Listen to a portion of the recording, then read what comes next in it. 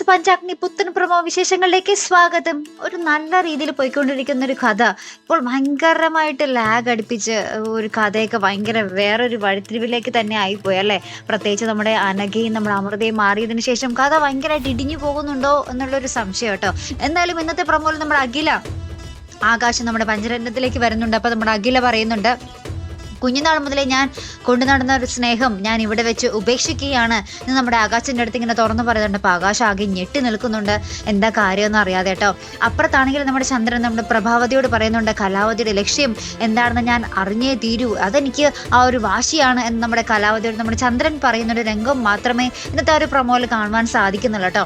അപ്പോൾ ഇനി എന്തൊക്കെയായി തീരും കഥ അല്ലേ. നമ്മുടെ പഞ്ചരത്നങ്ങളുടെ ഈ ഒരു വിഡിത്വം മണ്ടത്തരമൊക്കെ നമ്മൾക്ക് പ്രേക്ഷകരുടെ ഇടയിൽ ഭയങ്കരമായിട്ട് അരോചകമായി മാറുന്നുണ്ടല്ലേ. നമ്മുടെ കലാവതി അന്ധമായിട്ട് വിശ്വസിക്കുന്ന ഒരു പഞ്ചരത്നങ്ങൾക്ക് നമ്മൾക്ക് ശരിക്കും വെറുപ്പാണ് തോന്നുന്നത് അല്ലേ. ഇനി എപ്പോഴെങ്കിലും ഒരു മാറ്റം നമ്മുടെ പഞ്ചരത്നങ്ങൾക്ക് ഉണ്ടാവട്ടെ, അതിനായിട്ട് നമുക്ക് കാത്തിരിക്കാം. അപ്പോൾ ഇതുപോലുള്ള പ്രൊമോ റിവ്യൂസിനും എപ്പിസോഡ് റിവ്യൂസിനും ഒക്കെ നിങ്ങൾ മറക്കാതെ ചാനൽ സബ്സ്ക്രൈബ് ചെയ്യുക.